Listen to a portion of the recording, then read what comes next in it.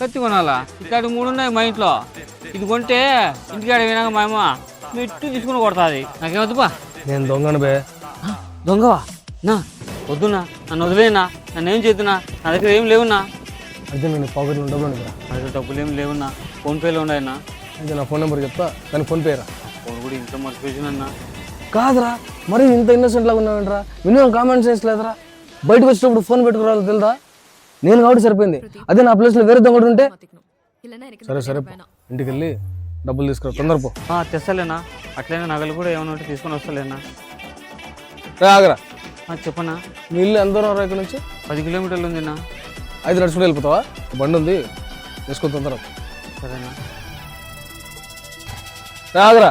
నా బండ్లు పెట్రోల్ తక్కువ ఉంది, మళ్ళీ దారిలో ఎక్కడ నాగిపోవచ్చు.